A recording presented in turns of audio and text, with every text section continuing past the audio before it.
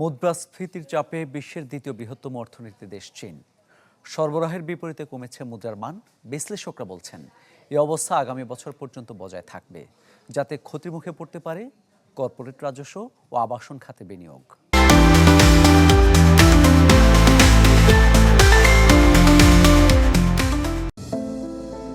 দ্বিতীয় বৃহত্তম অর্থনীতির দেশ চীনে এখন নতুন সমস্যা মুদ্রাস্ফীতি। গেল 2 বছরে দেশটির মুদ্রাস্ফীতির হার কমতে কমতে এখন তা আছে ঋণাত্মকে।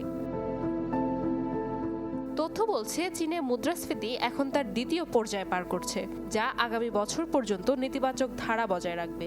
এতে লোকসানে দেশটির কর্পোরেট রাজস্ব ও অবকাঠামো খাতের বিনিয়োগ। দেউলিয়ার মুখে পড়তে পারে বিভিন্ন প্রতিষ্ঠান। অন্যদিকে মুদ্রাস্ফীতির প্রভাব পড়েছে দেশটির জিডিপি বৃদ্ধির হারেও। আগে যেখানে বছরে অর্থনৈতিক প্রবৃদ্ধি হতো 6 থেকে 7%, চলতি বছরের দ্বিতীয় প্রান্তিকে তা হয়েছে মাত্র 4%। এছাড়াও সরকারিভাবে গাড়ি উৎপাদন ও নবায়নের ক্ষেত্রে কর্মীদের বেতন কমেছে 10%।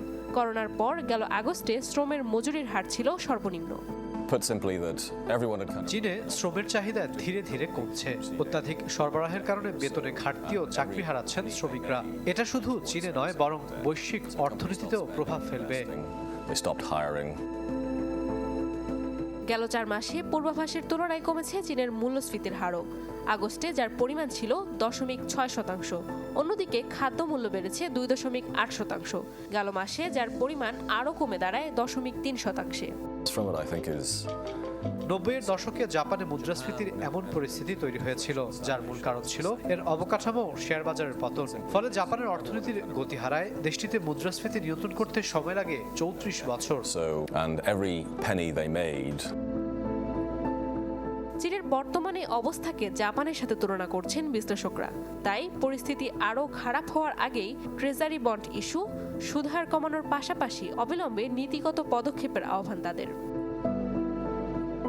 নাদিয়া ইসলাম তুলি, চ্যানেল 24।